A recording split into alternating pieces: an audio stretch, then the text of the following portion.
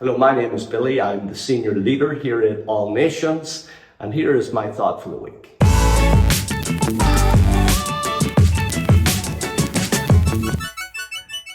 Have you ever been in a situation where you feel that God is not there, that God is not answering prayer?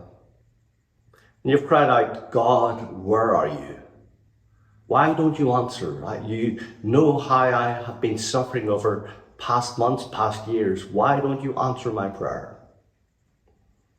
When you look at the history of the Israelites, we see that they too had long periods of silence, asking questions. We know the first story recorded there in Exodus when the Israelites were in bondage for 400 years. Yes, 400 years, making bricks, slaves, held captive.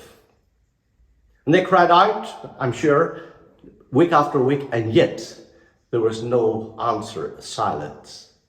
And yet one day, God revealed himself at the burning bush to Moses, and he revealed that he is a covenant-keeping God. He revealed himself to Moses and said, I am that I am. He revealed himself as the great I am, Yahweh, that he saw their affliction and he would come down to deliver. Forward the clock to another period in Israel's history. Because of their disobedience, they were held captive to the Babylonians. And for 70 years, they were held captives, serving, destitute, dark, lonely. Where is God? And then after that period, a number went back to Jerusalem to find that Jerusalem was in ruins. The Babylonians had destroyed the city. There was no rule, there was no government, there was no walls, no temple, there was no justice, there was no law, no worship. And then what do you do in the midst of affliction? Well, you tend to blame God. God, it must be all your fault. Why didn't you turn up? Why didn't you help us? And God reminded the Israelites through the prophet that his hand is not shortened, that it cannot save. That his ear is not heavy, that it cannot hear.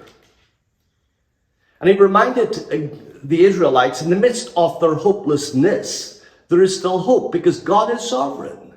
God knows all things. And he describes the lack of righteousness and justice in the land.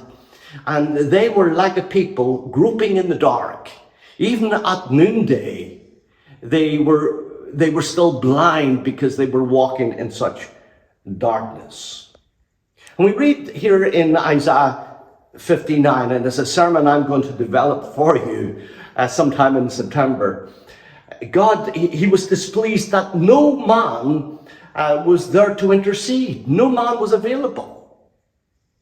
And there's a call upon you and I as Christians to intercede, to bring justice and righteousness upon our nation, to pray for our nation. But what did God do?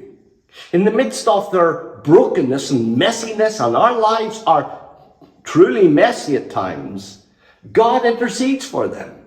He said, therefore, his own arm brought salvation for him. God brought salvation. In vengeance, he clothed himself with garments, and he came upon the nations.